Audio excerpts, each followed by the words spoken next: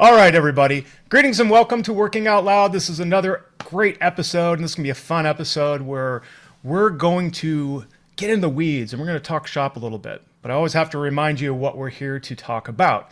At Working Out Loud, this is a live stream dedicated to a lot of different things, but more it's about these tricky questions, the things that we, Jasonda, my friend here, is going to be talking about that we are really experiencing in the trench every day, struggling, fighting.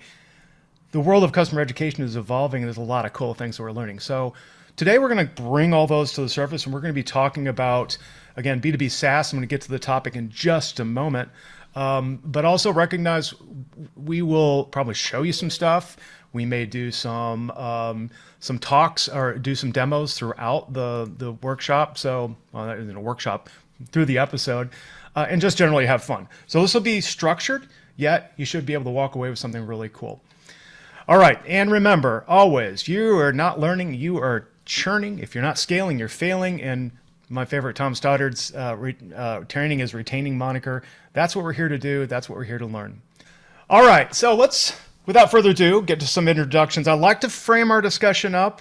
And what we're going to do today, I'm going to be talking with a good friend here, Jasonda Desmond, and we're going to get into impact, right? Impact, business impact specifically. So I wanted to just go back for a moment. You and I actually met. I've knew you. I think we've been connected for a while, but we met more in person at CE Beers a couple weeks ago. That's right. Yeah. And if you don't know about it, I'll put a link out there. CE Beers is just a group of folks that get together, enjoy your favorite beverage, whatever that may be, from tea to something else, and we talk shop.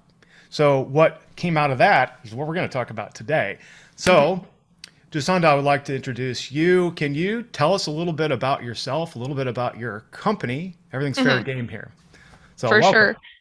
Thanks so much for having me. My name's Jasonda. I'm the Director of Learning and Enablement at OfficeSpace Software.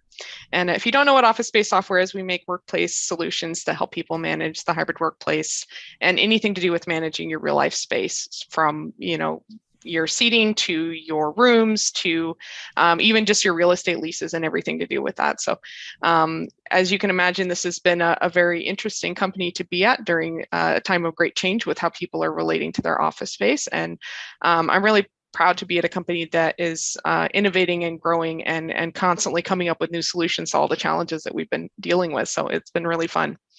Just to talk about myself a bit, I've been in the SaaS industry for about 10 years. Prior to being in customer education, I was in customer success.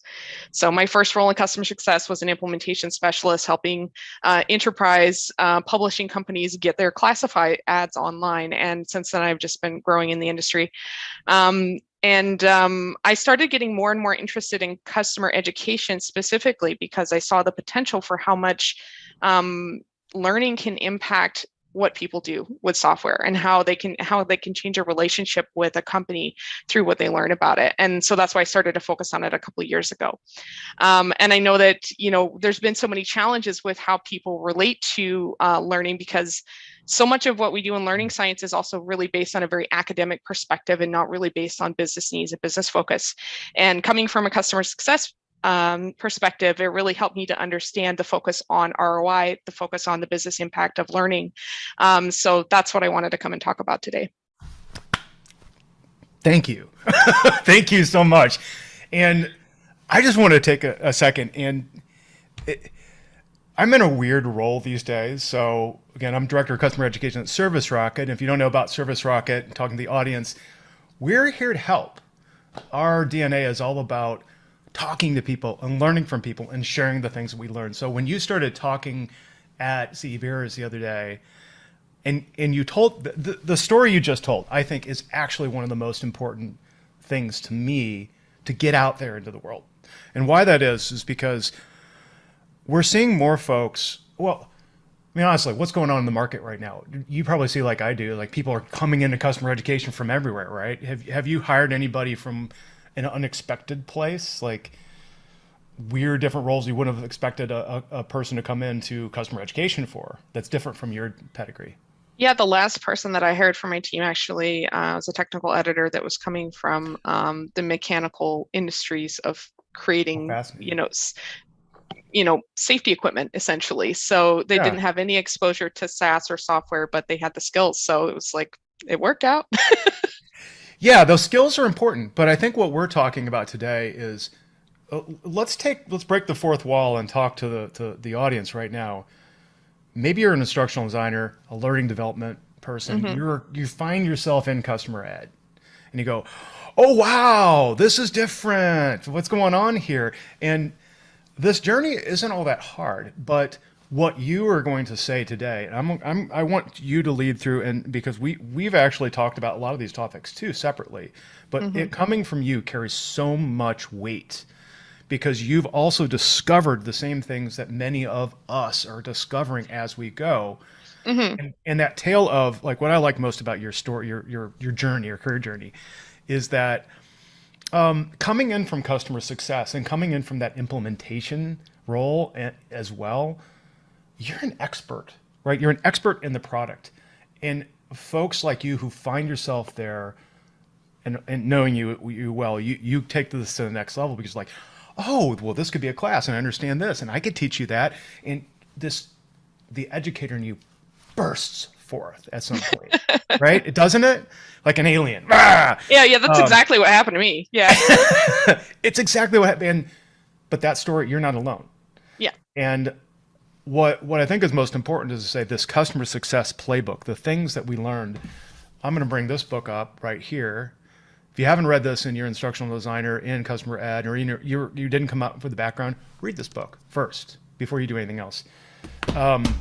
I was on an episode of this with Nick Mehta who wrote that book, and he said on the last episode that we did with him, look, customer education is the core of customer success.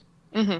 So it's not a different thing. It's part of the same thing in my book, but what we're doing is mapping education, how people learn, how people want to learn on it, right? For sure.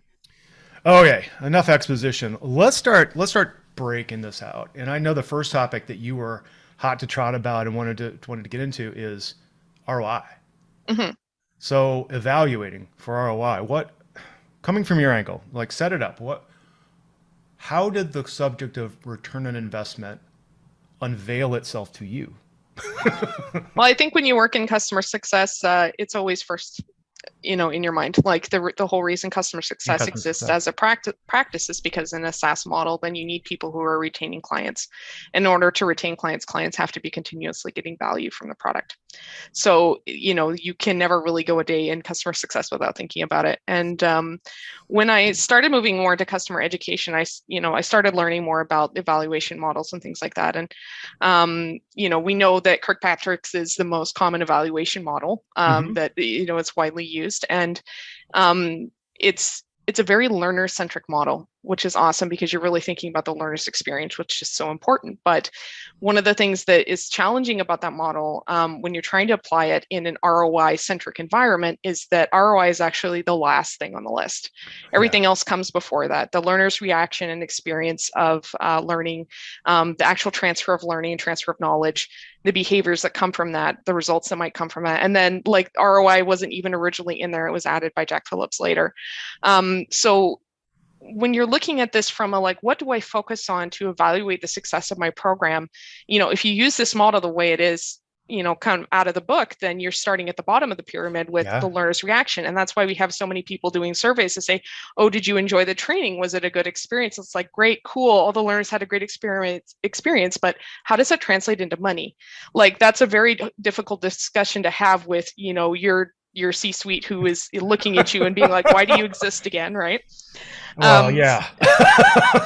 And I'm sure you and so many other people who've, been through this have experienced the same thing. It's like, we know that the model doesn't really work for SaaS. It doesn't really work for the business. And so, what I've done, and I'm sure what others have done, is kind of turn it upside down and say, what is the ROI we're looking for first, right? And that's kind of, what I wanted to dive in a little bit more today. I love that. And I'm actually I was so thrilled you were talking about all these subjects. Let me share my screen and pull up a slide deck here that we had presented. And this was, Adam Avramescu did this slide.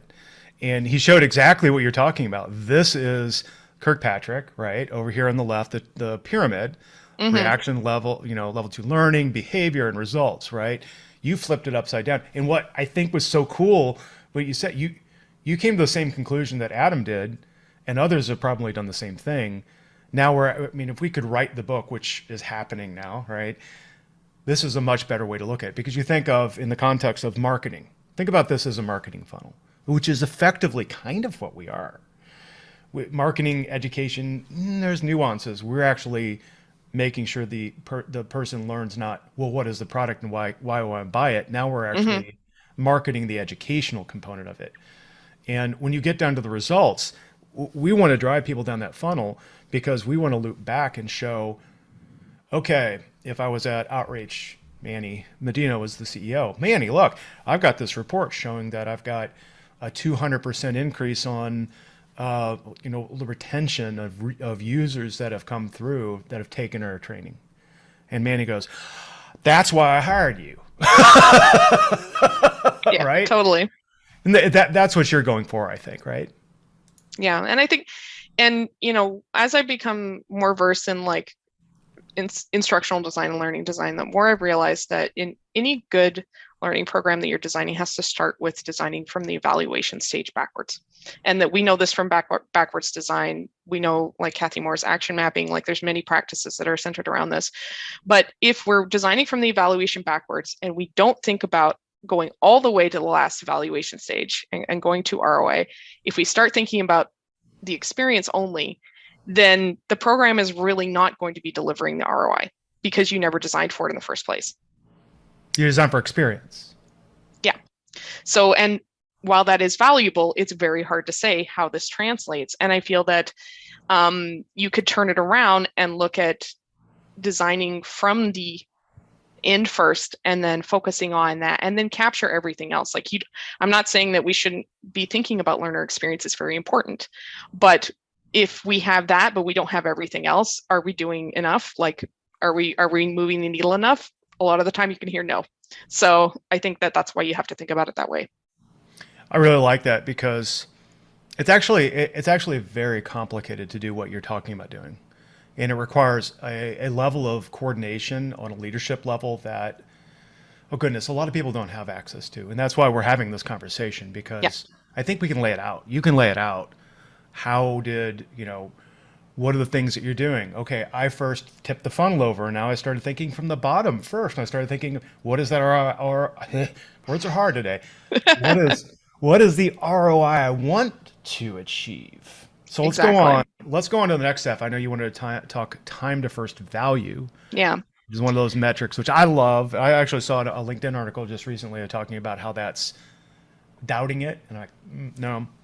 Tell me about what time to first value has done for you and your org. For sure.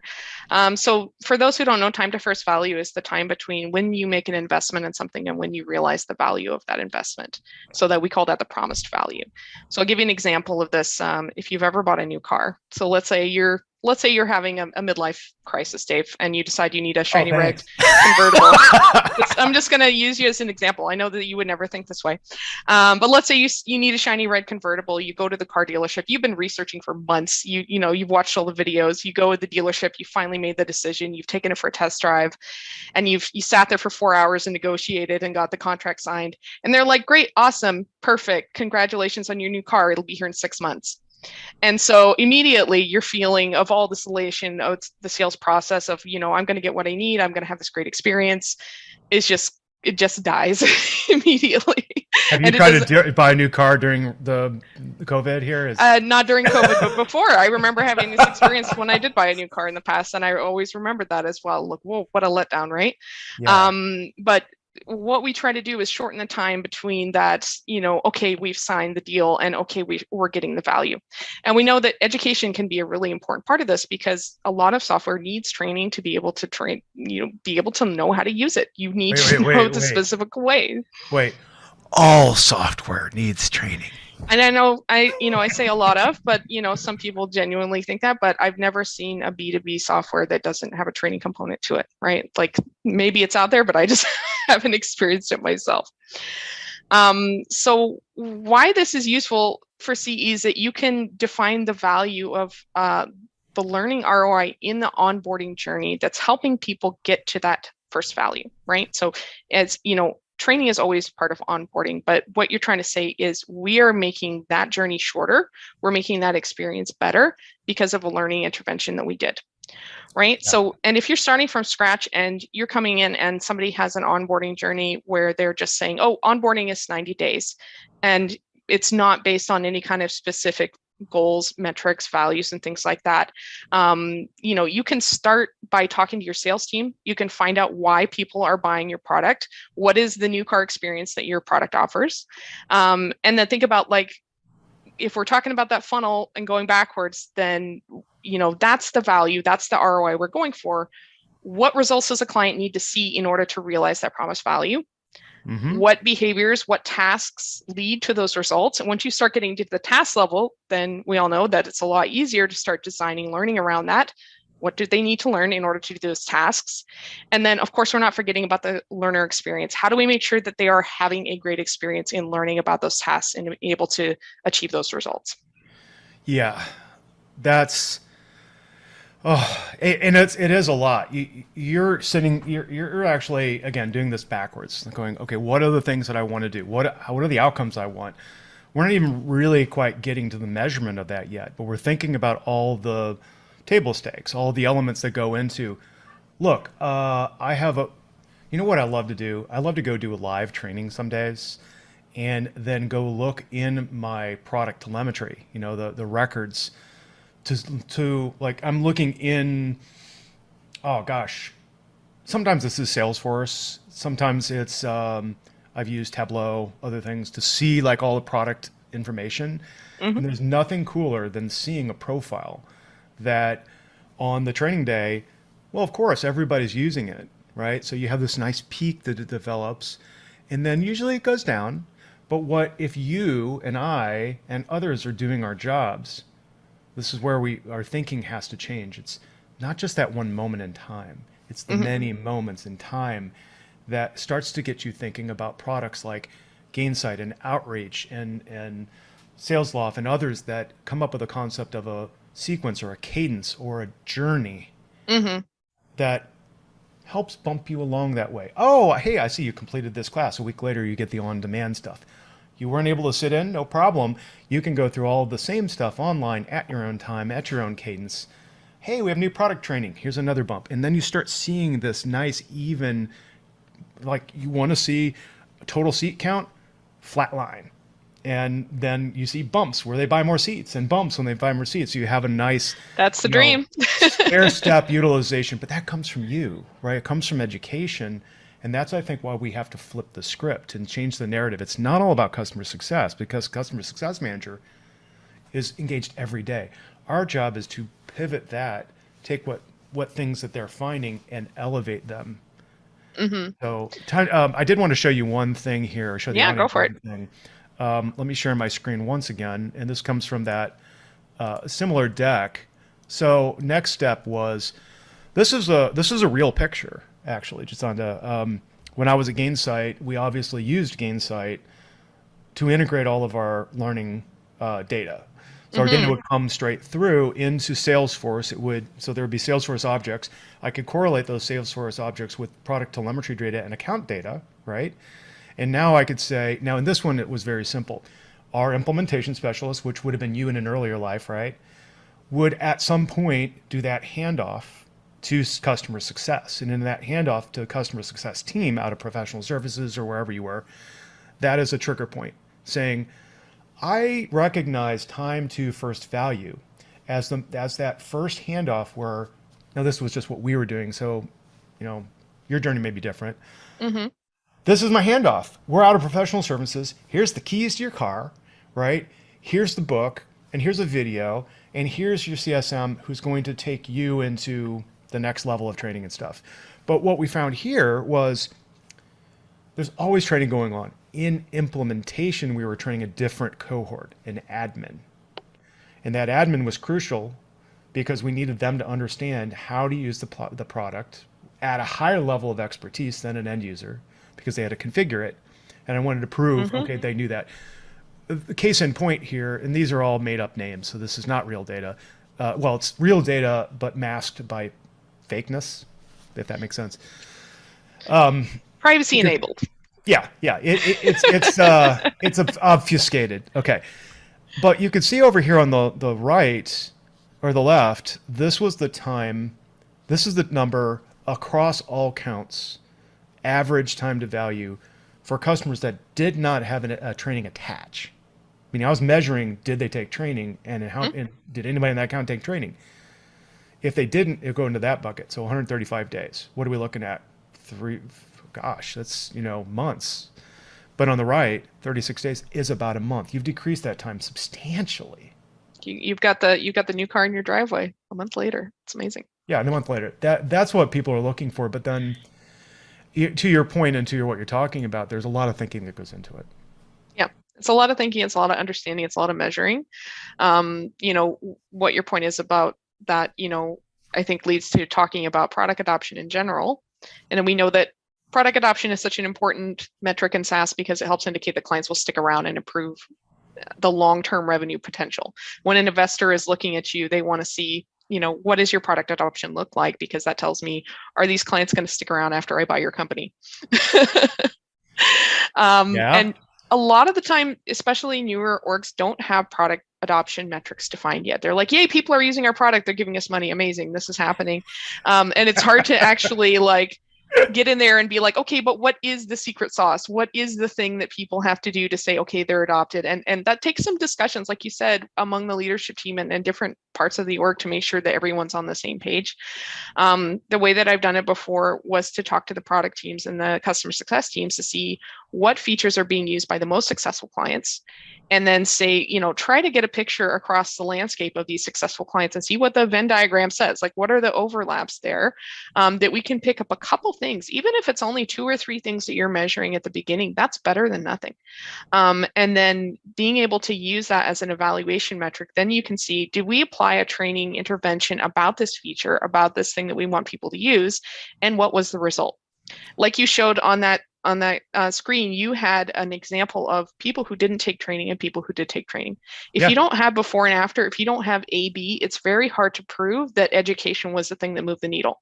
So you have to think about that at the beginning when you're starting those kind of measurement practices. Yeah, can I interrupt you for just one moment? I want to show one other thing, because you're tracking such an amazing conversation here, Jasonda. Here's another picture. What if I looked at NPS? Right? There's a number of different metrics that you could be using. So this was one we measured too, not just time to first value, but NPS is a little bit different than CSAT. You could do the same thing, but you could look at aggregate without training versus with training. Here, in our case, we were squarely at a 9, which is solid promoters. It's incredible. Yeah.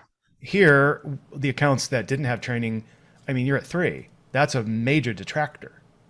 So just a tip to typify what you're saying and show you, if you're measuring any of those values, you can calculate this stuff. Sometimes you can do it by hand if you had. Sometimes that's what it takes, especially when you're just getting started. If you don't have access to a platform like Gainsight or Churn, then sometimes that means going through a couple spreadsheets, sharpening those Excel skills a little bit. Speaking of that, is that something that your company is using right now? One of those products to do that? Yes, we do. We use one of those products. Okay. Yeah, you don't have to be specific, but that's good. Cool. So this is really important, that if you have picked a couple metrics, great. But I have to ask one other thing. When you're talking product adoption, okay, I have to set up my question here for you. When I start out at some early companies, product adoption data, what do you call it? Telemetry is sometimes, or I think there's a product called Gainsight. Well, I know of it. Gainsight has a product called PX. There's other aggregators where they're basically taking the click actions that are happening in your product because it's SaaS. It's basically like Google Analytics, right? But you're being a little bit more specific and atomizing that into a database that I could correlate much more easy. What kind of platforms do we use, or have you seen out there, like PX and others, that enable this? What do we have to do? what do we have to do table stakes to actually be able to even measure product activity? Yeah. So there's a lot of different platforms that can do it. What I look for if I was trying to evaluate something and make a decision about it would be that, is it easy for me to see what specifically people did in the software Mm-hmm. and be able to segment that group of people? So that might be that you segment by account. It could be that you segment by, maybe you have different buckets for different types of clients that you service, different industries, different levels, enterprise, SMB, et cetera, right? Even if you can't get down to the individual account level and say, customer A, customer B, if you can at least get it into some kind of group that you can say, we are doing an impact on this group and seeing the change. That's really what you're looking to do. Like, there's dozens and dozens of platforms out there that will let you do that. The main thing is they're integrated with your backend data somehow, and then they have some kind of reporting functionality on the front end. A lot of them also have, communications, functionality and all sorts of different stuff that you could use to be like, okay, now we know what's happening, and we can like then design workflows and, journeys and things around that. But it's like the basic level is, can I see what people are doing the product? Can I do it by a cohort or a group, not just an individual user? And then, can I measure that and compare, past versus present, A versus B, any of that stuff that would help Yeah. you get started. Yeah, and just to close the loop, this often is a later stage of maturity from Yes. what I've seen. And I just want to be frank about it emotionally, because I've been in organizations where some of you who are listening in the audience might be like I was, where I am literally chomping at the bit. I go, I want to measure this, this, this, this, this. Here's how to do it. Data team, I don't have time for that. So it's you be patient, but don't give up, because honestly, Yes. a word to the wise for those of you who are falling into this kind of occupation, for you to say something like, how are we measuring our product adoption, kind of out of the blue, will rank you in leadership eyes as, wow, this person is very proactive and thinking about education in a way that's unique, but what we need. Hmm. So I just want to drop that in there as a Oh, absolutely. what Yeah. to And do. sometimes it is just like taking manual data, whatever you can get, and get the engineers to be like, hey, give me a spreadsheet of every, a CSV dump of whatever the users have been doing around this feature, and let me try to get some metrics out of this. Often you can use that kind of exercise to then justify the price of software, because you can say, hey, look at all this data I got, how Yeah. cool and how helpful this is, not just for me, but for other teams. Wouldn't it be nice if we had a tool that would do this in seconds instead of days? Oh, I could tell you stories about that. It's not easy, but It's not yeah. easy. But the other thing I want to say on that subject too is, like, if you're in a leadership position at a company, if you're on the C-suite and you're the one making decisions about how to spend money about this kind of thing, do you want your org to get to the position where you've stumbled along and figured things out the best you can, walking blind without the data, and then you've maybe added the wrong people or spent money on other things, and then suddenly you get to this level of maturity and like, okay, we can afford it now, and then you realize you've been going down the wrong path the whole time?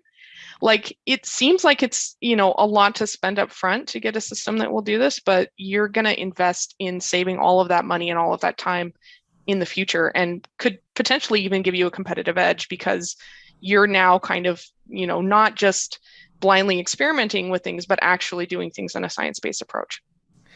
Yeah, you're doing my job of selling the customer education strategy workshop right now for me. That's right. That's right. Everybody sign up for that. It's going to be great. No, seriously though, Jasonda, that I think this is really, I love how you articulated that. The call to action for folks is, you've got to build the argument. And as a leader, are you flying blind? And Yeah. and frankly, I've been in those situations where, like, I can do, like, hey, I'm Dr. Dave here. I'm only a master. I don't have my PhD yet, but uh, I need data in order to reflect what's happening. So I've been in that boat where I've had all this like activity around my product, like training, and I can say, oh, well, I have a completion rate of X, and I have, so many learners in the system. But to me, those are empty vanity metrics. They have no soul, right? They mean something to my vendor who's like, Yeah. wow, my gosh, you can pay me another $50,000 a year because now, great, okay, I'm doing really Yeah. well. But if you go to your CFO and then the question is going to be like, why should I care? How did this make us money? How did this save us money? Like, Yeah. if you can't have that conversation, then you don't have the right data. And that's blunt, but that's the reality. Yes. Yes. You got it down, Jasonda. Okay. Take us into the next topic that you had, which is probably another piece of information that's really actually kind of easy to get to. Yeah, one of the things that I've done and I've seen, this is something that's a little more accessible sometimes in product data, is support ticket data. So I've never met a software company that doesn't have at least one support person working away on taking care of the clients who are saying, oh, I have a problem, I need something, I need help. And this is often where customer education is born out of, because they're like, all these customers keep asking questions, they might need training. Maybe we should hire a trainer. And that's how it begins, right? Yeah.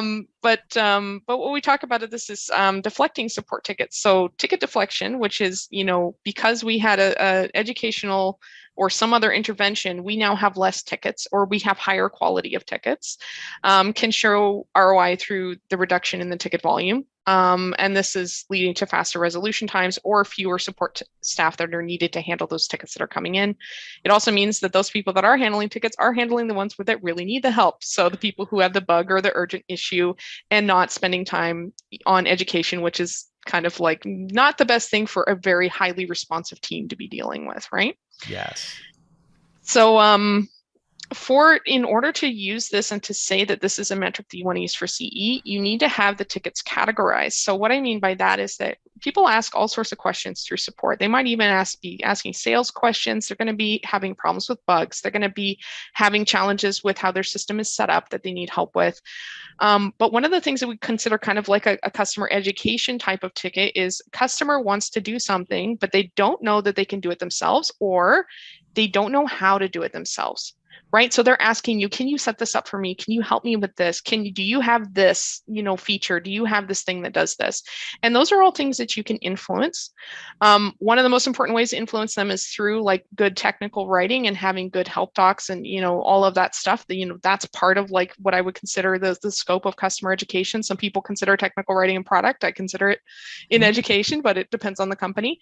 And the other thing is through specifically addressing those things in training. If you know that a lot of people who are coming into your company as clients, let's say in the first 30 days after they become a client, they're always asking questions about this topic. They're always getting stumbled on this thing that they have to do in onboarding or to start using the system. We know that most clients, when they're coming into a software, their tickets are very high at the beginning often, and then they taper off as they get to know what they're doing and they start using the software successfully. So look at those ones that are coming in, talk to your support people, like what are the things that people are always asking about around these areas? And then can we design an intervention around that, whether it's training or better documentation or whatever it is, that tries to address it? And the nice thing about ticket data is that you always have new tickets coming in. So if you have this categorized, then you can say month over month, then you can start to see the changes very quickly. And it's usually not too difficult to add tags or categories to support ticket platforms to be able to start getting that data in a kind of more reportable format. Okay. I'm going to show the audience something now. That you have slides for everything today. Yeah, that's what I'm saying. This is a beautiful discussion, Jasonda, because and it's so important that it comes from you, how you've articulated it, because this is customer education. This is all the plays that we can do to really start to build a great program. This is the slide, and then to give proper attribution, this is Adam Evermesky's slide. Adam spent time leading the team at Optiverse, which is where a bunch of people got their start. I think Daniel Cook was from there as well. But this was his journey doing exactly what you said. Okay, support team, can you give us a list of your tickets? Can we bucket them? He sliced and diced this 10 ways to Sunday, but this one I thought was extremely impactful. Because what you look at is, okay, back in 2013, blah, blah, blah, hey, this is going nuts. We peaked at like 3,000 tickets in a month. Good Lord. And then Optiverse released on that date at the peak. And immediately, any executive that would look at this would go, that's what I wanted to see. That's proving value. Visible, tangible results. Yeah, that's what you want to Right. see. And especially, I bet if you compared this graph with the graph of the customer growth for that company, that you would see that customers are continuing to grow while tickets are continuing to go down. And that means that you have fewer tickets per customer. There we go. You got the graph already. Yeah. And this is great. Yes, you saw. Look at this is the enterprise level, which is palpably more important than Hmm. I can't say that a different kind of urgency in importance than Hmm. SMB or medium, because look, they don't have time for you. You fix it or you're gone. So here we're seeing the tickets, per 100 customer go insanely down over a period of a couple years. Hmm. I mean, wow. So Yeah, your that's point, it's exactly what you want to see. And that's what can help you scale. Because if you say, okay, we need one agent per however many tickets we're getting to, well, now your one agent can handle 10 times the work because the work that they're getting is much more focused, and you're supporting that team to be able to do their best work because the client is coming to them with some basic understanding already of the problem they're facing. Hey, this help article said I yeah. could do things this way, and I tried to do it that way, but it's not working. So you've already kind of gotten past level one troubleshooting right there. Yeah, you know what? That's interesting. And this is just kind of a side tangent for me. But we have this weird. I'm curious to test your position on how documentation wrappers into customer education. I'm just going to say that, like, how do you perceive it as being a part of your fabric? The way that I see like technical documentation or help center documentation is that the main focus of that is supporting the reactive need that clients have to learn something in the moment. So a client is saying, well, I need to do this. I'm going to go search. I know that there's a help center. I'm going to go search it. I'm going to go find what I need. Great. I found what I need. No ticket created. This is reducing burden on the support team. So this, it's supporting the client externally, but it's supporting the internal support team with their goals and Right. helping them scale, right? Right. And that's a kind of a reactive way of getting education is I have a need. I need to learn something. I know the information is out there. I'm going to go look for it. Training, on the other hand, is a proactive intervention because you're looking at, we know that clients who don't get training or don't get training on these things have problems later. We see those stumbling blocks ahead of you. We're going to help you avoid those by setting you up for success from the beginning. So it's very much in relation to how customer success is a proactive practice and customer support is a reactive practice, and how customer education can work in both of those modes to be able to influence outcomes on both sides. I like how you put that. That's and you didn't clearly discriminate, nor should you, that there is a difference between documentation and education. It's all part to me. It's all part of the same fabric. Mm-hmm. Like the thing that I think many of us are trying to promote, to change people's thinkings about is there's this intent. There's this. It's a corporate thing. Jasonda, where do you go? You go here. Dave, where do you go? You go here. We put someone in a seat in a certain place. The company I work for, Service Rocket, doesn't necessarily think like that. We're very matrixed. So I work with anybody I need to whenever I can. I do have a hierarchy, Mm-hmm. but the concept that liberates companies thinking about education is that you don't want to think silo. You, No. all of these documentation to me is a map. It Yeah. is everything laid out. And you know what? But me, if you give me a map, so I pull up Google on my phone and I get the map. Like if I had to get point A to point B in a map with Google without what they've built, I have a friend of mine who actually does the mapping part. It's really cool. But Google then is the educator in a way, or the coach guiding me to an endpoint. Oh, As an absolutely. as Yeah. an educator, that's what we are. We are a Sherpa, a guide, a coach that saying, okay, Dave, you really should restart here, go read this. If you don't do that, that's fine. You could use the application, but if you come back and call support 10 times, your CSM is probably going to give you a call to say, are you okay? Have you gone and tried training? Like all this stuff weds together. And from an exec level looking down, you Mm-hmm. want to make sure those tendrils, they need a Jasonda, right? We need someone with, no, I am floating your ego a little bit, but the impact you and your team makes, and it's not just in that silo, it's that when I was working in outreach and other places, I would deputize my team members to go out and say, look, no, you don't need me to go through, go talk to people, go figure this out, work across the lines, be friends, make product your best friend, make support your best Yeah. friend. And all of a sudden, you know what happened? This flow of content, like support would say, hey, what do you think about helping us with a certification program to do X, Y, and Z? Can I use that for customers? Yeah. Okay. So now we're getting somewhere, and you're building this fabric that's going back to what we're talking about with support. This interaction between us and support is huge. But let's go one step further. And I know you wanted to talk now. Let's go back to pure CS. Churn. Everybody's favorite.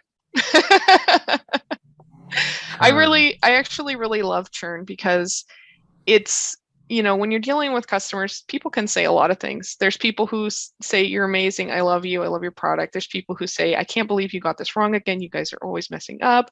Why do I stick around? At the end of the day, it doesn't matter what you say. It matters what you do. And churn tells you exactly when somebody has had enough.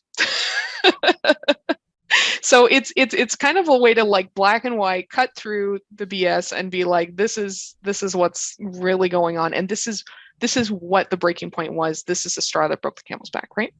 And that is extremely, extremely valuable information. So when I was working at a small software startup, I was employee 11 at this startup, and I would call every customer that churned because we only had 250 clients. Yeah, you could do that.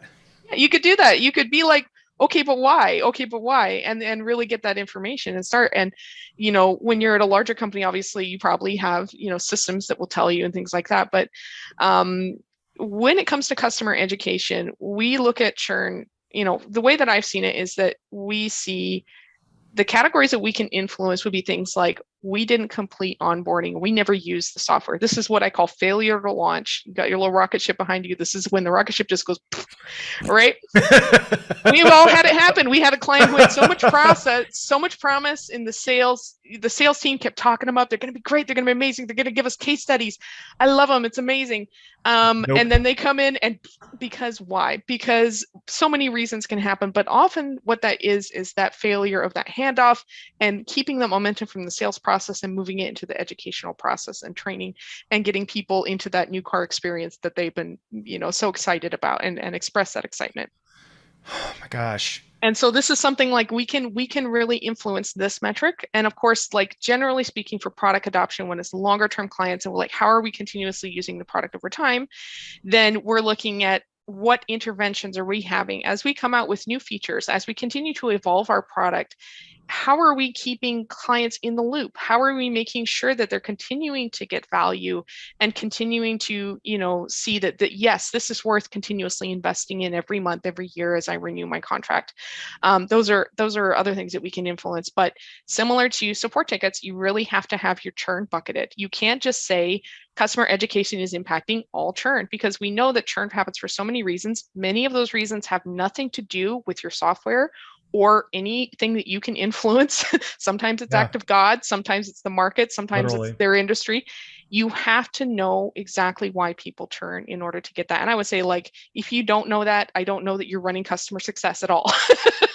Like, yes, you could tell me how many people churn, but why? If you can't tell me why, then I would say that that's a really important thing to work on.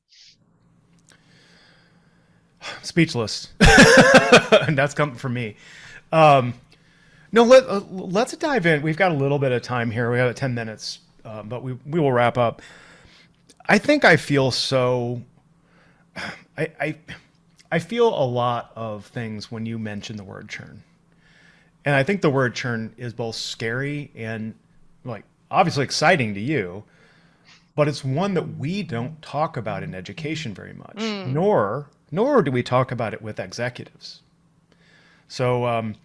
If any of you follow me, I'll be speaking at San Diego next week, and the topic that I'm going to be talking about is specifically how do we talk with executives about our programs. Jasonda, if I can just summarize that this is a vital discussion for everybody to have, and I thank you so much for being on to go through this from your unique perspective, because what we're doing is What is the discussion for an exec? All right, Jane, you run this company, you're doing all these really great things. I'm your education person. You didn't hire me directly, but you did through so and so. Pleased to meet you. Let's talk ROI. Okay, I can give you information and this and that, like ROI. So now Jane knows I'm thinking about ROI, and this is how I would approach measuring that. What do I need from Jane? Well, I need executive sponsorship for one. That for her to say, okay, you know, Judith and the SVP of customer success, can you just make sure to give Jasonda here some time? And this is actually really important to me. And this is why, because at an executive level, I expect a dashboard or report that's reporting to me on this. And we're going to go through that with our executive meeting every month or every week. Mm-hmm. Oh, wow. That flips the tables when you start having that going and you're not there, or you are, which is scary but elating at the same time. But then all these things, time to first value. Okay, I show, bam, look, education dropped the time to engage for this admin role or whatever, really big. Now I have another time to first value, which might be the endpoint of my end user in different cohorts. And then, again, I'm trying to be quick in summary. You've talked product adoption. That's how I visualize everything that comes out of all these. That's the metrics. Support tickets. That's an easy win. It's go to support, Zendesk, whatever you're using. Can you give me a report by blah, blah, blah, blah? Sure, I'll be happy to do that. Bam, you've got a spreadsheet to work with right away. Yeah. And then churn, and a lot of these things, again, I have to go back to this. Why I value you as an excellent member of the customer education community, Jasonda, is that you have that DNA, that hard-won experience in customer success, and you've been on the ground floor. And I urge anybody, like one of the things I actually urged my team when I was at a couple places to do is, hey, you know what? We're having a month where it's not so busy. Why don't you go spend time working as a CSM or spend time as an implementation person? That's a great experience. Or go to sales. I don't care, but the thing we need to do as customer education people is recognize our limitations. If I'm an instructional designer and I've come back from L&D and now I'm here, I need to learn all this other language. And this is the data that it's way different than the things that we were working, but it actually superimposes quite well to Kirkpatrick. It's a different language. It's a different lens. It's a different focus. But I mean, we know that it works. We're just deciding what to focus on a little bit differently, right? And I think that's, being able to pivot, be flexible, and to take what you know as a learning scientist, as a person who uses these methods, and use them in a business context to be able to switch things around a little bit. I think if you have that mindset of flexibility, of learning, like you said, going to other teams, learning, being able to talk to your executives and say, what is really important? Here's some of the ideas I have about what we could do and what we could measure, but what is going to be really meaningful to you? What is going to help you in those conversations with your investors or whoever it is that you're trying to impress, right? I think that, those are the things that we can think about. And, there's nothing if not unlimited creativity in this industry. And I feel like if people could think outside the academic box just a little bit and kind of open themselves up to how we can mesh a little bit better, then there's the sky's the limit, really. Yeah. Oh man, you've got it. This has been really refreshing. I really appreciate your time today. Anything else you want to say to the audience while we're wrapping up here? No, I appreciate having the opportunity to chat with you today and to connect with the community. If anyone wants to add me on LinkedIn, I'm happy to connect and we can chat more in there. Fabulous. All right. Well, let's bring this home. So for those of you out there, I will make sure to post Jasonda's LinkedIn so you can contact her. OfficeSpaceSoftware.com is where you're from. And for me, I can be found on LinkedIn or anywhere. If you want to talk about this, go deep. We have a lot of stuff going on. You can catch me through C-Lab, and you can catch me on the webs, I don't know about Twitter anymore. That's going crazy. But I'm definitely out there on LinkedIn and everywhere else. Or you can reach me at servicerocket.com. And I'd love to talk to you more. I will make a brief pitch. Like if you really want to do this kind of stuff and think about it at depth, we have a customer education strategy workshop that's coming up on the 23rd That's only $99, so it's a $300 off discount right now. And we talk about all this stuff. We'll build a roadmap, and we'll be thinking about all these kinds of things as we bake out your plan, right, for your customer education team. Now, with that, without further ado, thank you so much for attending. Again, this is a new show. We're just starting out, but we're actively looking for participants. And if you have a great perspective, you have software you want to talk about, you live in the customer education space, ping me. And I would love to have you on the show. Jasonda, thank you so much for your time today. This has been great. Awesome. Thanks, Dave. All right. Cheers, everybody. We'll see you next time in Working Out Loud.